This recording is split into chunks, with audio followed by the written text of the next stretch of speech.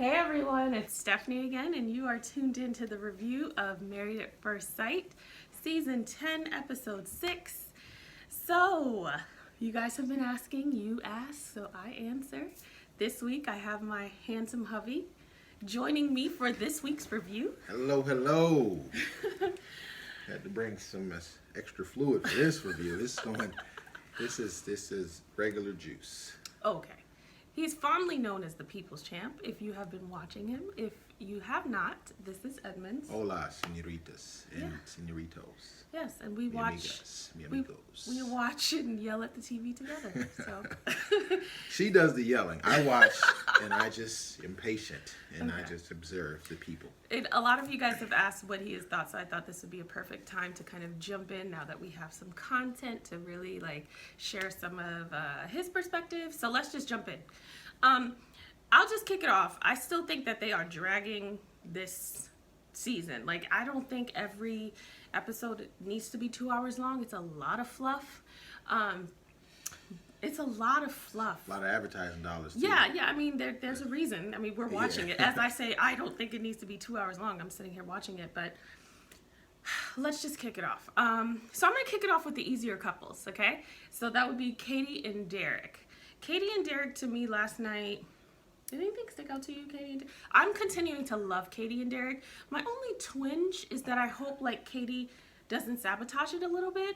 But maybe I'm just, because I already felt a way about Katie at the beginning, that when she says she wants her, he jumps in the shower with me, and I wanted 5 minutes to myself. And I get that, actually. I do get that, this is an overwhelming experience for them, and they meet and then they have zero time to themselves, and it's a lot. So I get when she said, hey, I'm looking forward to getting back home and having a little bit of time to myself to process.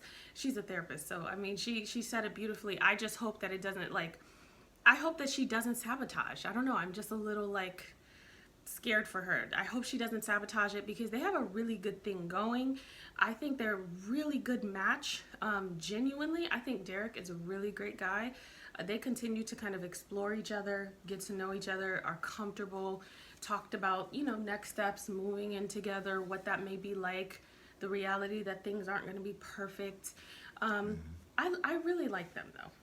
Yeah, I can understand him sliding in the shower though. I mean, that's all I got from that. I mean, I totally understand that. And I tell her, be grateful for that. Because as y'all, keep it going, all them sliding shower moves from honeymoon is not going to be going down all the time. You're going to be like, hurry up, get out the shower so I can get to work. Whatever. But anyway, I want to say that I like that guy. I think he might be my favorite guy on the show. Not only this season, but I think in general. I mean, he's the one who actually asked for her hand, right? Her dad's, yeah. Yeah, he's the only one that's done that, and that's a huge thing. That's a big respect thing.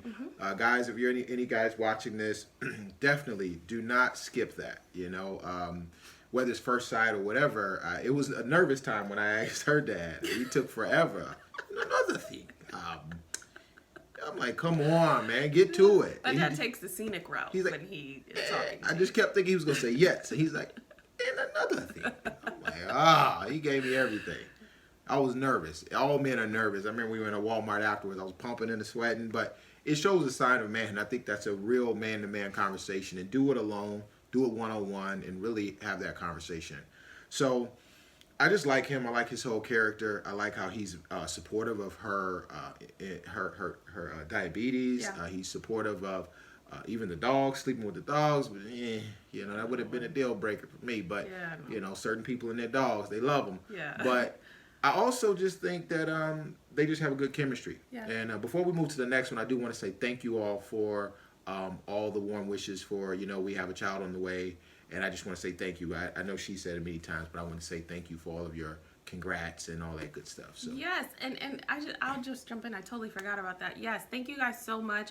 I know several of you have messaged me or have written about a wish list and the registry, and that is so beautiful, completely unexpected. we honor that. We're very flattered. Yeah, that is so sweet. I'm actually going to put the link to the registry in the description box this week, and then I'm just going to keep it for the next few weeks. So thank you in advance. Please let me know who you are if you do send something, because we definitely would love to send you a thank you. So Yep, definitely agree.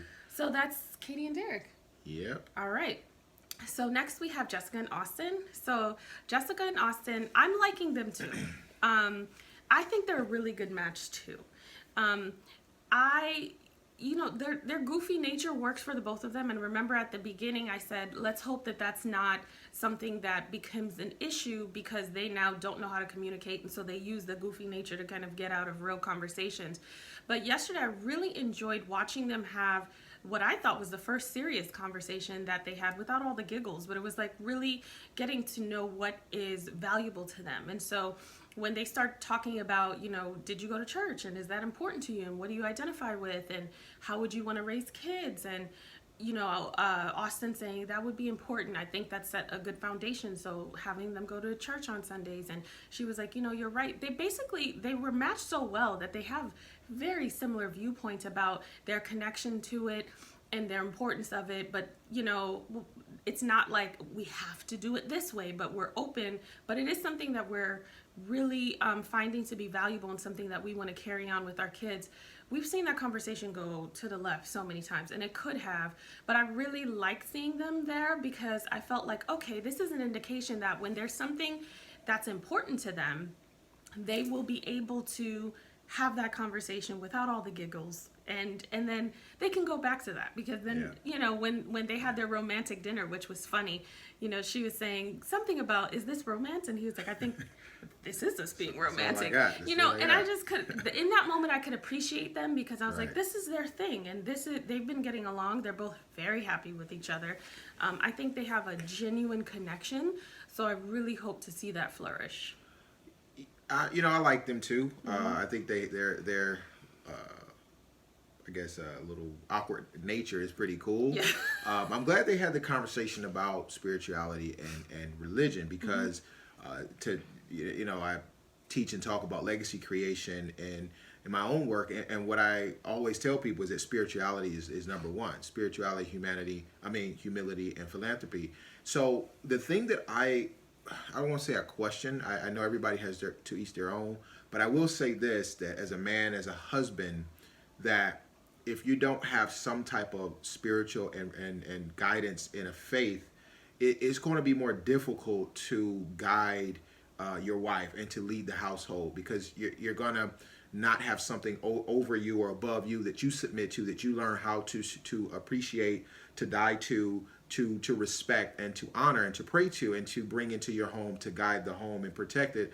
So I don't know if Sunday school would be great, but I don't know if that'll be enough from a father figure and from a husband's point of view, especially when the world attacks us with so many different things, income loss, job, stress of being a husband and being a father. I really hope that maybe the children bring them back into a space where they can grow. And I'm not saying any denomination, we're Christian, but everybody teach their own. But I think that there should be some higher power that's ruling at least the husband to bring into the family. So that's my only take for that. Yeah, and I think with Austen, that's the way he was raised, and so for him, he was saying like, okay, this provided like some good foundational stuff. Because if you went to Sunday school, then you learned the stories of the Bible and you learn different lessons and stuff like that. So I think it's important to pull from your past, but also to learn some new ways to develop yourself in certain ways. Because I actually was on Instagram today, and there was a lady who posted something that said,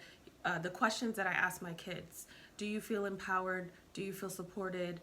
How can mommy and daddy do better? Or something like that. And then she said, the questions that I was asked as a kid: did you clean your room? Did you do your homework? And something else. And a comedian kind of reshared it and like added his questions and stuff like, did you take the chicken out the fridge? Did you iron your clothes for church? But it was like really funny because I was like, there's a lot of stuff that we look back, especially raising children or getting ready to raise a child, where we're like, okay, our parents did that worked really well. And then it's like a great foundation. And now it's like, okay, how can we take that and build on that and add some things that we now know in this generation that will work for their continual benefit. So, I'll add to that because I do have some questions that are different, and I want to just share a couple of them. Number one, a lot of people say you could be a doctor or a lawyer, which is cool, but we talk to our nieces and nephews, told them they could be a business owner or an investor. So now they have business owners on their vision boards at 9 and 11 years old. They didn't know, and entrepreneur, they know what that is. Also, when they come home from school, instead of just saying, what questions did you learn, which is very about just receiving information and not being in the cortex mind of actually creating more conversation, I basically asked them, what questions did you ask? What questions do you have still from what you learned today? And create conversation about that. And then the last thing that we asked them is just like, instead of what do you want to do or what do you want to do for a living, it's like, who do you want to be in the world? Like, how do you want to show up this year? How do you want to show up at school? How do you want to be as a person? Not about how you want to be perceived online or on social media, but as a person, who do you want to be?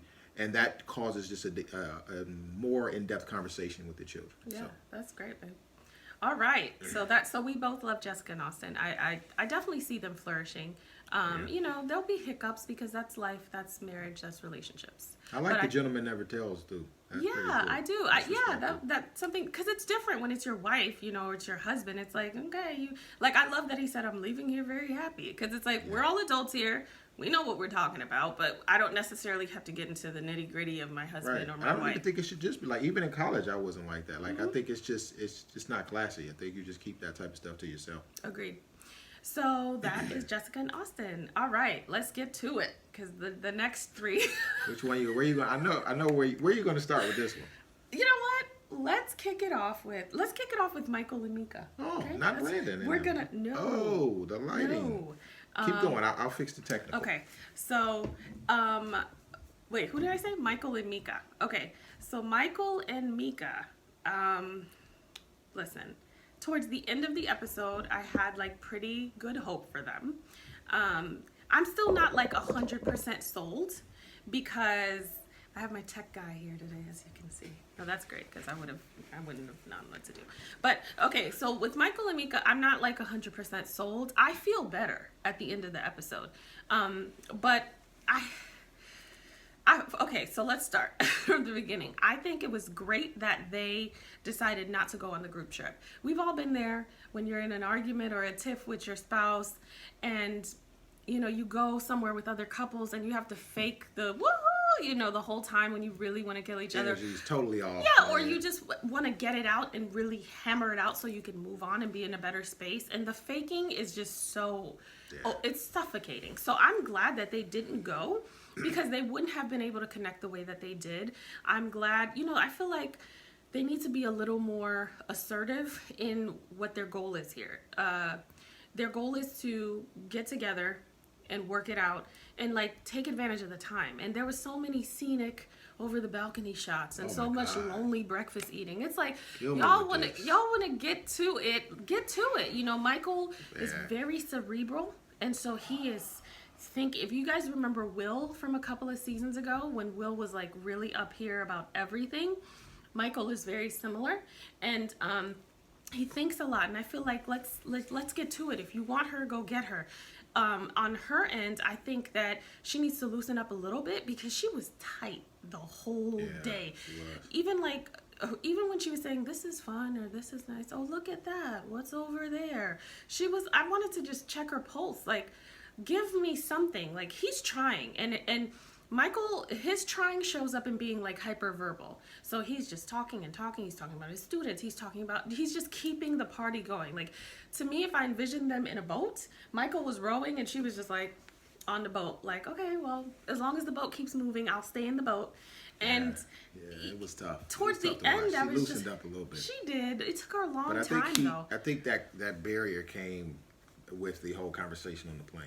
And I think she had it up for a while. Down. Yeah. But also, I think I can understand from her point of view a little bit, because, and this is just to anybody that's married, especially, guys. I like to speak to guys because I'm a guy. But one thing you don't want to ever do, man, is take your ring off. So that is you could be arguing, and when people see that ring, even though you're upset, even though you're mad, you can say, okay, we're still bound. When you take that ring off, it hurts way more than you can imagine.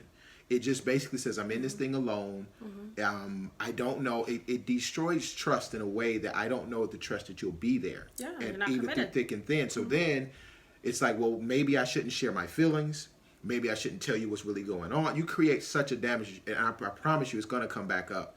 Whether it's on this show or later, it's going to come back up. So you never want to do that. The only time I take my ring off is when we're at the house or hanging out. Like, I'll go to Walmart for 2 minutes. I'm like, I'll get to the car. I don't have my ring. I'll come back and put it on. Same. Because it's just not something you want. I remember one time I was doing a Facebook Live in Memphis, and she was here. She messaged me. I did a great one. I was at the jazz. I was at a jazz bar, cigar lounge, basically. But I wasn't smoking cigars at the time. But anyway, I was doing a Facebook Live. I get a call from her. I just know she was like, "Oh, you knocked it out the park. That was awesome. The music was going well." She's like, "Oh, so we not wearing rings now? What's going on?" I said, "Babe." To my defense, I didn't know that, Facebook Lives like inverts it. So if you were looking this on Facebook Live, it would look like this is on my right hand. It changes it up. It doesn't look right. But so it doesn't look, if I can't see your hand or another hand. So she thought my right hand was my left hand. Yeah. And then I had to actually, I sent a screenshot so she could see. And I was like, you see, it's on my, because I have tattoos. So she know what level my tattoos are on. So she got a chance to see. Your girl gets crazy every now and then. This is I was early like, marriage man, though. So I'm like, what? geez.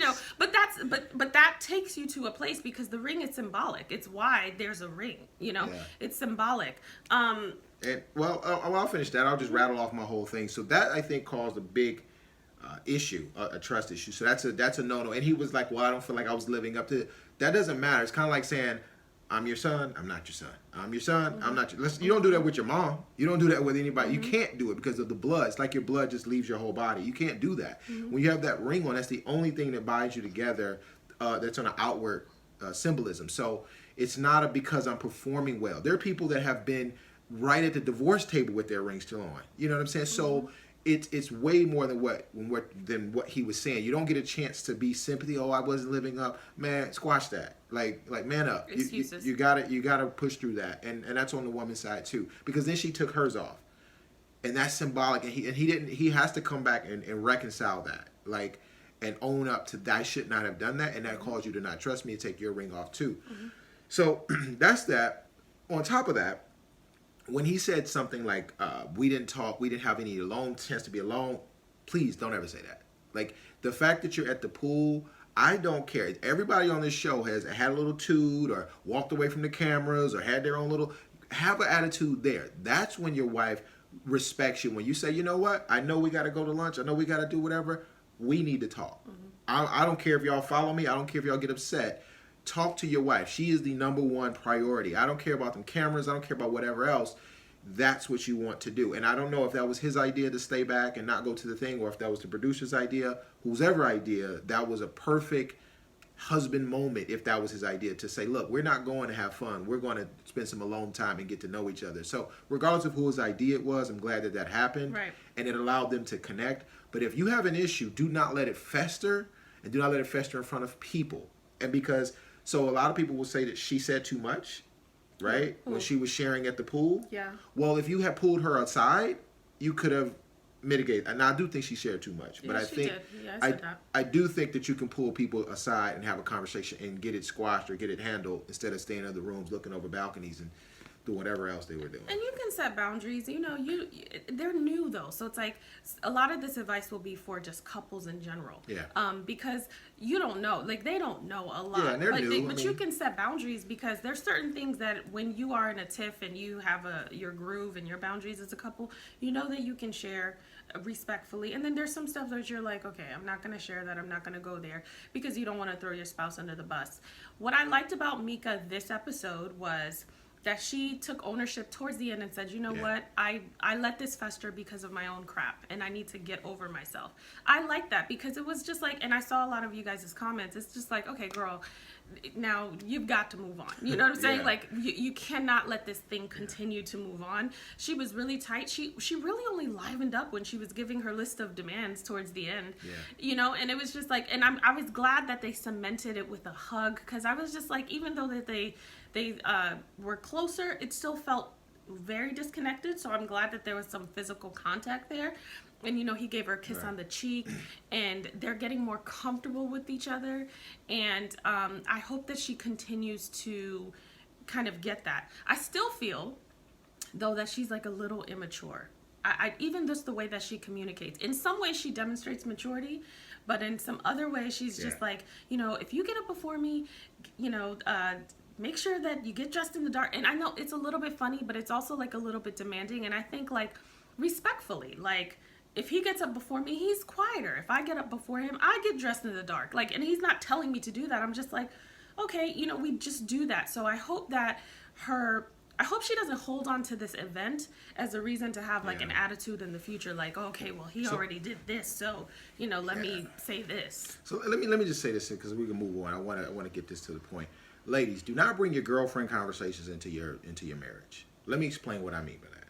You might have had, you want to tell him off or you want to talk bad about him and all of that good stuff in front of people. That's the worst thing you could do to your husband is to belittle him, take his cojones from him. It's not going to go well because it's your husband and you have to protect the space that's your marriage and chew him out if you want to privately, but don't do it like, I'm gonna make it. When you're single, a lot of women do this, a lot of men do this. They want to talk on the phone to their girlfriend, tell him how bad he was and he did this and no, that's not a marriage. All right, that's not going to ride, especially in front of him, in front of other men and women.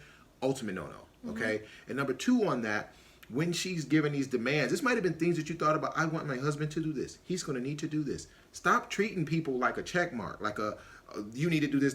That's not, you don't have to tell me that. Like, I would be so annoyed at that if you would have said all that stuff. Like, I respect you. I'm not going to make a lot of noise anyway. But it's just so controlling and so cookie cutter that it's like you got to loosen up and just be a human being for a little bit. It's the delivery, because there are certain things that you do need to share with your spouse because they won't know it. So it's about how you share it. But like for me, at the end of that, she was just like, here's this. She opened her scroll and was like, this, and that. And then I was like, okay, she wasn't even lively the whole conversation. So I hope she can kind of like fall into it. But they're like new. Like they're even newer than the other couples. Pillow and you got to sleep in this robe. Man, miss me with that, man. I'll sleep in my drawers. I'll sleep butt boonky and stay on my side. Okay. Get out of here with that, man. All right. Okay. So let's move on. Whatever. Okay. The next. I mean, I think she wanted to be cute with the robes. To be honest, I thought she was wanting to be cute, but like I'm hot. You don't come over this side. I'm hot, so I can't keep the robe on all night. Like, but whatever. That's her thing. That's what you she know. said. All right. So next couple that we have is Brandon Mindy and Zach. Okay. No, your drink is kicking in, isn't it? Mindy and Zach. Okay. Oh wow. Can I start on this one? Knock yourself out. It all fell apart when she got into bed without washing up after a long traveling day. I forgot to mention that. Oh my God. That's the only thing I saw. You lost me right there. All of that travel, spunk, and spice, and all the right areas. It's like, and then you said you gotta cuddle me. Yeah. Zach was like, ew. I'm like, you would have just been gone. Period from that, because you're doing this in front of me. What do you do when I'm not around with your funky behind? I know he was. Man, I smelled it. I smelled it through the camera. But I even said that because I was like, smell it now. They show a bunch of stuff. But they don't show any shower scenes like coming. They never show shower scenes. Not that I want to see a shower scene, but like I always see them skip right over that for the honeymoon, and it's like, how are we skipping a very fundamental thing? Like, why are we not? And then we she see them defended it. It was like, you know what, you're right. Let me get. No, it's like showers before. No, she said sleep before shower.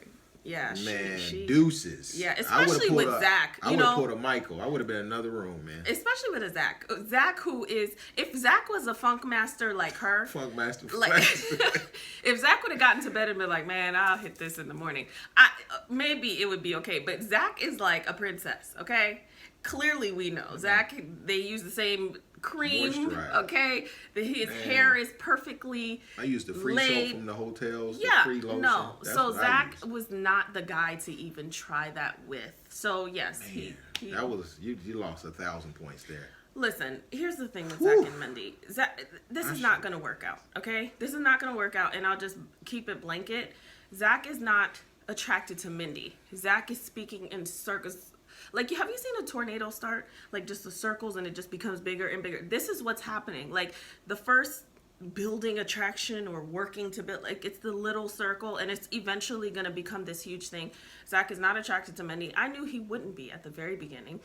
that was like his thing, that his issue was to be attracted to people who he was attracted to, but couldn't really intellectually connect with and couldn't go beyond a certain point. And they gave him someone who's the opposite of what he's looking for physically. She's attractive in her own way to whomever finds her attractive. She's not his type. It's very clear. The conversation is too much. And honestly, I don't think that he is her type intellectually. So I don't think that they're equally yoked at all. We're looking at it like, okay, she's not his type. He's not attracted to her. Like, he's like the end all be all. Like he's the king intellectually, or something. Like, I got something to say about that. Intellectually, he's not her type. So they don't fit. It sucks because she is trying so hard, and Zach can't be this oblivious to how he comes off. Like, the conversation of attraction keeps coming up. People know what they want. He's kind of cold. His body language is turned off. If you look at him, he's like checked out. And they keep having this round robin and talking about building attraction. Listen, attraction can be built, okay? You can be with somebody who you initially weren't head over heels for, and then through just the process of like getting to know them and enjoying them, you can build attraction. But there are some people who you can enjoy and have a good time with, and it's just friend zone for life because that part of you never awakens. That is Zach. And Zach, to me, has already turned off the opportunity because he is not interested. And men are visual, and I said it before, men are visual. He's not attracted to her, and it's not going to work out. Right. So I feel bad because I feel like there's just more pain that's going to come from this situation. Well, here's the thing, though. Here's what I think about Mindy on the flip side. I think that she's a beautiful person, has a beautiful spirit, and she's attractive. I mean, she's just not his type. Right. So I think she's taking that on too much. You know, we just joked about the shower thing, but outside of that, like if she was watching this or anyone that's in the same, is having the same experience as her, is that don't try to make yourself attractive to somebody else because of what they like. Just be authentic. What builds attraction is being authentic, being yourself. And here's what I really think. I think Zach needs to learn from Mindy how to be authentic and how to be his core and true self and not be a beautiful specimen on the outside, but not be able to go deep and go depth. And I think that's why they matched them. And if he was willing to put down this whole physical and sexual and whatever and just see what is beyond that, because some people are sapiosexual, right? Sapiosexual, whatever. I mean, I'm like that too. The intellect, we have sexual conversation just all about knowledge. It's not even about sex. It's attractive and sexy because of the brain power and the depth and the vulnerability. So I think if he was to stick with it, I think he could learn a lot about himself.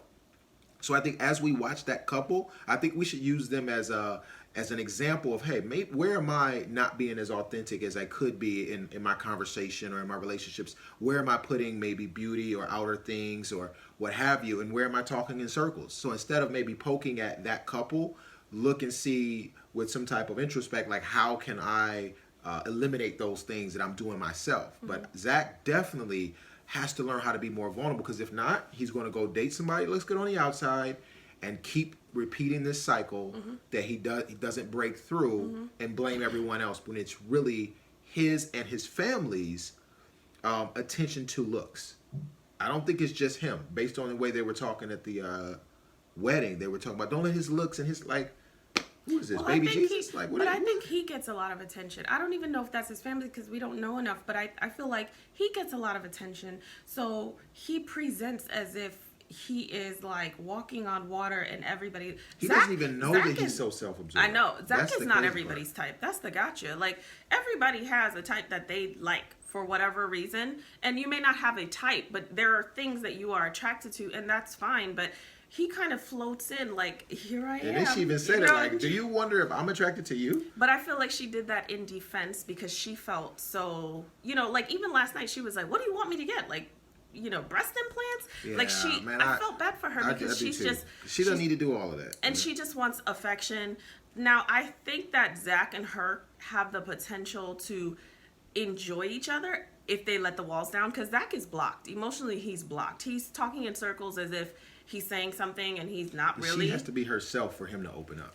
Yeah, but he has to be willing to do that even if it's not prompted by her, because there's a lot of accountability for Yeah. her that she has to, because she even said that like 2 episodes ago. So I have to do this in order for you to do this. Like, what did you Yeah. come on this show to do? Right. Now I think that they can get to know each other and be like happy, but I still don't see it long I term. don't either. We can move to the next one. Yeah. Only thing I'll say is that this is the type, every couple I think can benefit from couples counseling, but this couple could benefit greatly if the experts stepped in and really counseled them to help them get their own inner truth out and become better people for the next relationship. They probably just won't work, period. But they can use this as a way. That one thing about marriage is it's a mirror. It shows you who you are if you're willing to look at it and willing to become better. So last but not least, we have Brandon and Taylor. Okay. Listen, I said, this is why I trust my instinct, you know. I definitely base things off of what I'm seeing as well, but I trust my instinct. I said, if not first episode, second episode. Was it first? Yeah, that he had a temper. He didn't show any signs of a temper, but I said it.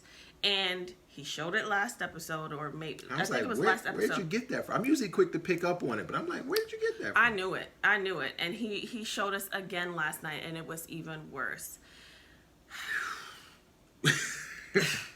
Brandon. Oh, man. Brandon does not need to be on this show.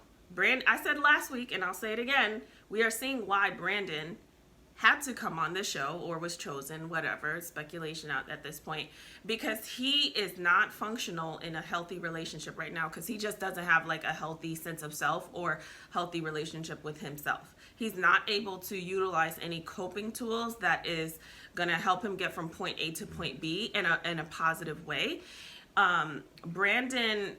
Taylor does not deserve that. Taylor does not deserve any of it. First of all, I think that they are a decent match, like surface-wise, but we don't really get much depth from them. And the only depth we've really gotten is through Brandon's like antics, and so we've seen more, and we're okay. Now we have to dive into this thing, but I don't think that they're matched well enough for them to really be like a strong, long-lasting couple. It was almost like, let's match this couple. They look cute together. She does some stuff with alcohol. He does some stuff with alcohol. You know, it wasn't like equally yoked at all, because she's a research scientist. You know, like for me, Brandon really like needs to get some help. Brandon is emotionally abusive. Brandon is controlling, and Brandon has outbursts and tantrums when he can't control the narrative. Like, case in point, last night when he was standing at the elevator, so the producer says, like, we gave you this morning, you know? He wants 10 minutes now. And Taylor, and I get it, she's trying to pacify the situation. She wants it to go away. He's probably had a lot of that in his life. You know, because he doesn't want that, now he's triggered. He goes completely off. He doesn't handle himself like a functioning adult at all. He leaves his stuff upstairs. He would have been a citizen of Panama, because if it was for me, his passport would have stayed upstairs. His ring would have stayed upstairs. He would have missed the bus, missed the boat, missed everything that we took to get back home, because all his stuff would have stayed upstairs. And he has such a jewel in Taylor, and I really want better for her, and I want her to want better for herself, because she kind of like tried to clean up that situation where she could have set a boundary right there that this is not going to happen. You're not going to treat me this way. You're not going to talk to me this way. It worsened on the bus where he says F you. We were talking about this last night. There are very few things that you can talk to there are very few things that happen that would trigger you to say something like that to your spouse. Even when you get really, really mad, it's got to be a low down, vile thing that your spouse says or does to you where you say F you. That's like a point of disrespect that you really don't come back from. You can like move beyond it, but you really don't come back from that. So I really want for Taylor to set boundaries for herself to where she does not accept that. She doesn't pacify it. She doesn't try to make it better. She challenges him. I don't think they need to be together. I'm just going to say that. Brandon needs to get off the show. Brandon doesn't need to be with anyone, because he is not really man enough to be a husband in a marriage. Not a long, healthy, functional marriage at all. I'm surprised he has friends if he does, because he does these outbursts all the time. Yeah. So I was gonna talk about the whole friends thing first, and he was single mom, right? No man in the house. Okay. Yeah. Yeah. Okay. Mm-hmm. Yeah. So this is not always the case. So I'm gonna always talk from a space of okay, what can we learn from this? But I am gonna kind of dig in right here because number one. You left off a friend, so I'll start there. Mm-hmm. Let me tell you what one of his friends need to do. And if you got a buddy like this, or you got a male or female friend, let me tell you what you need to do. Mm-hmm. Write on a piece of paper, you are my B, female dog. Oh, okay? Write that on an index card. Flip it over, put it on the table. Right? Let them come on in, or whatever, and just hit them with something that triggers them. Hit them with, you know what, man, you ain't this, or you this, or... whatever. Just really get them going. And they had this traumatic thing and blah, blah, blah, and they want to fight and they want to get... And then, under the other part of the little card, under the you are my B, put, I love you too much for you to stay this way. Your anger is going to get you either hurt, killed, or have you alone by yourself forever. Something like that. I love you. Let's talk later. So... what I mean is the card is already there. You trigger them. You get them fired up. You leave. And you say, you know what? Flip over that card when you calm down. Because I knew you would act this way. Because he who angers you controls you. And I can control you anytime I want to. That's why I put what's on the card. He's going to say, wow. You are my... I can make you mad. I can make you flip. I could get you to go to jail if I want you to. I can make you whatever. People think that their anger and their outburst is controlling. Because what Brandon's really doing, he's trying to dominate. Mm-hmm. So for whatever reason, this has probably worked since he was a child. He can why, cry, get his way. Mm-hmm. I don't want to be touched. I'm alone. I'm a private person. All this other stuff. Well, you're married. You can't be that way. And you have to learn how to have respect in your little hissy fits. Mm-hmm. That's some, yeah. Ooh. Keep it clean. That's some, keep it PG. That's some self-made stuff, right? It's just not, you have to man up in that situation. And what manning up looks like is in the first situation when she was recording. Realize what gets you through marriage is intention. Mm-hmm. Is her intention to, is this espionage? Yeah. Is she trying to put me on blast and bleed my bank account because she's recording me? Or is she trying to be cute and loving? Maybe I don't like it. Cool, babe. I really don't like being, I got a little panic attack, whatever. But the whole ignoring, and then getting the beer, you're taking it on too long. Mm-hmm. Even if you did have a panic attack or you did, come back. But the ignoring, calling my name and you ignore, that is some not married stuff. Mm-hmm. You cannot do that. Even when you're angry, look, I need a minute. I'm hot right now. Yeah. Just give me a minute. I'll be back. But the whole ignoring, can't do that. So here's the problem. She rewarded the bad behavior. She made us stand a little bit when she talked to him later. She kept trying to come in, because she's just a loving person like that. Mm-hmm. When they had that talk, the problem, I told her this. I said, this is going to backfire. When she said something like, I don't deserve to be treated like that, or something like that, she did take a stand at first. Yeah. But then when he said something like, apologize. What she did not do was did not say, when you need your space. He masked it with, I need my space. There was no acknowledgement of the disrespect within needing my space. Mm-hmm. That's the problem. You can't be triggered and then disrespect me or your wife or yourself. So what she had to do at that time is say, look, I get it, but when you are triggered again, if you need space, say I need space, but don't ignore me ever again like that. Don't walk away from me. Set boundaries. Don't embarrass me in public like that. Mm-hmm. If we need to talk, you need space, cool. But what you won't do is that and then get a kiss and a... No. You can have rules of engagement for getting angry. There are rules to fighting fair. Yeah. Even if you cross the line, you don't know you've crossed the line if you haven't drawn it, okay? Yeah. So draw the lines, and more than likely, you won't cross them as much as you would had you not drawn them. So you can have rules of engagement. You can say, when I say I need some space, please respect that, and we won't go more than an hour or whatever it is that you need. But just to say I need space and then cower behind, I feel like he cowered behind the panic attack as well. And I didn't buy into it, as you guys saw last week. He wasn't having a panic attack drinking a beer in the pool. No, he wasn't. And he was acting up in front of people and then brought it up in front of people. That was real catty, too. Yeah. And then, guys, let me tell you my secret weapon. I use it on her all the time, and she can't resist. When we're upset, after a while, I'll come to her and I say, babe, let's pray about it. Let's pray about it. She can't say no to that. And she hates it because that's why I said God and higher spirituality. But I'm not like leveraging God for real, but I kind of am. But I really do mean it. And I promise you, I can't make this up. We are different after we pray.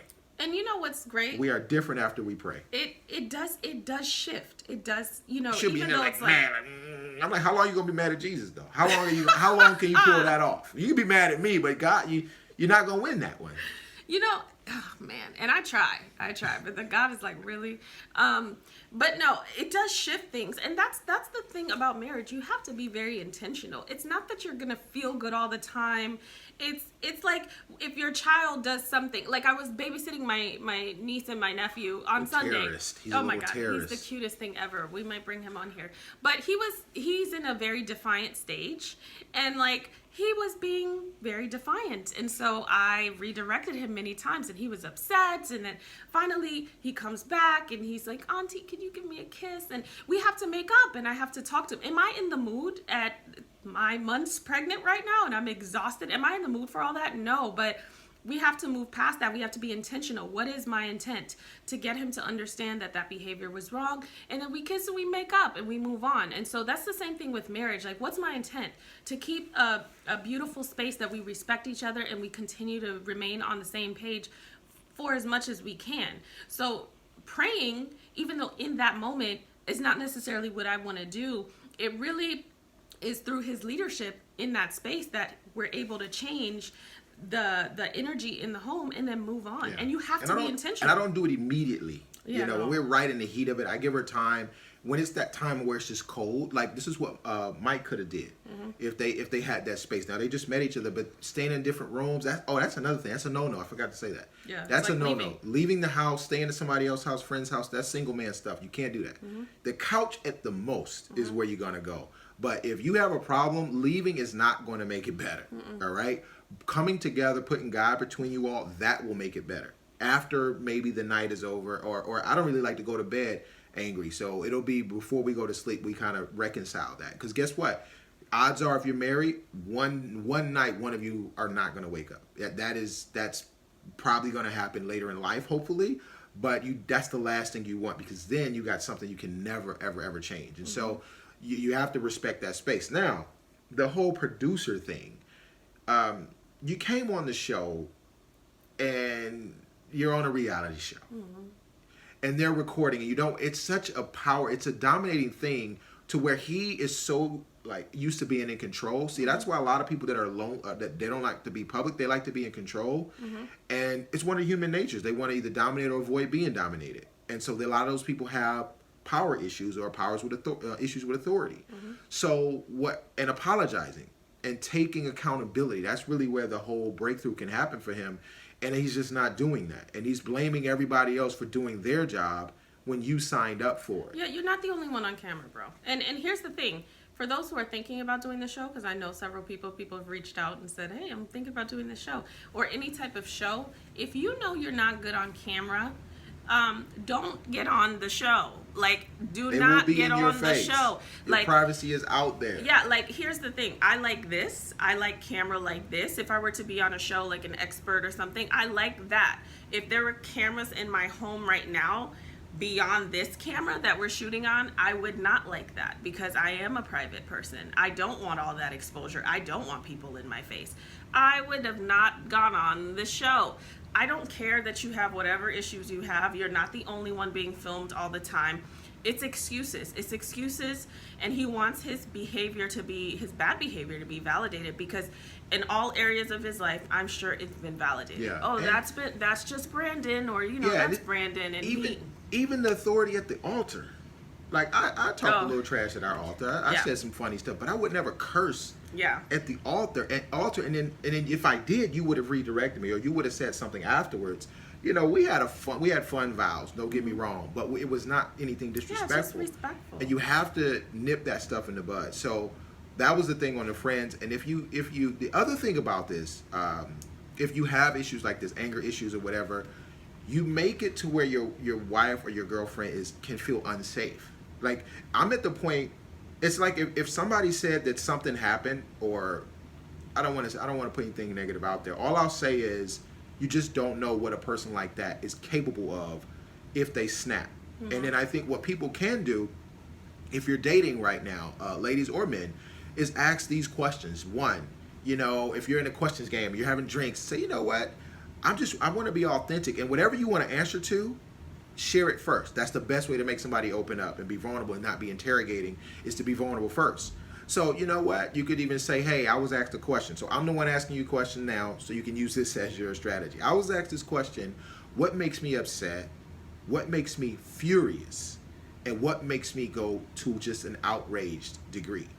And you know what? Here's my answers. I get upset when blah, blah, blah. When I'm disrespected. I get upset at this. I get enraged when I see someone hurting kids or women in a assaulting any type of way. And so those are the type of things that I would say, and then say, you know, what makes you that way? And what do you do? How do you handle it?